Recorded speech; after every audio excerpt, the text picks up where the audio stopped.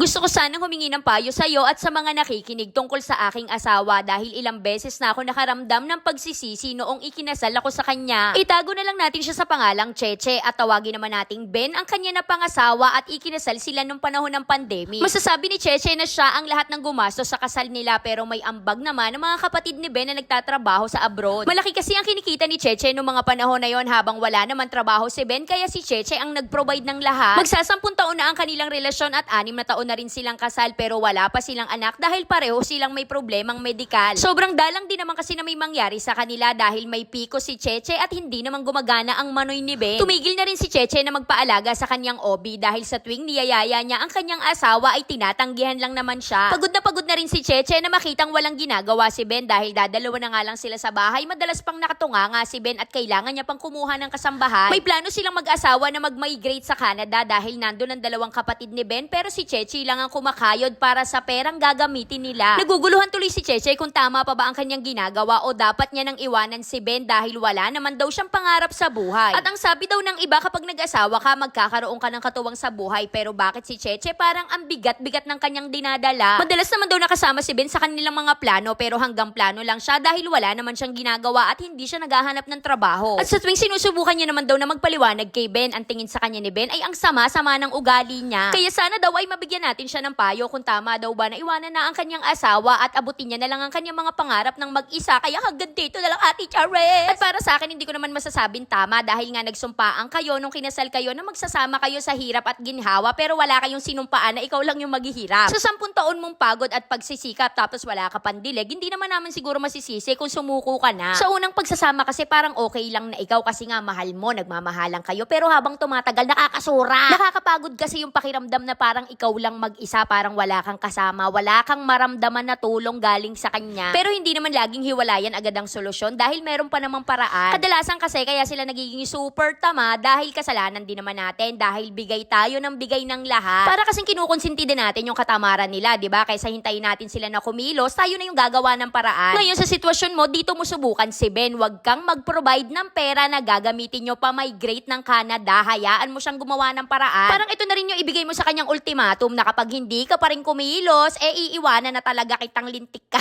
Ngayon, kung hindi pa rin siya nagsikap at tuminag, siguro alam mo na yung sagot sa mga tanong mo.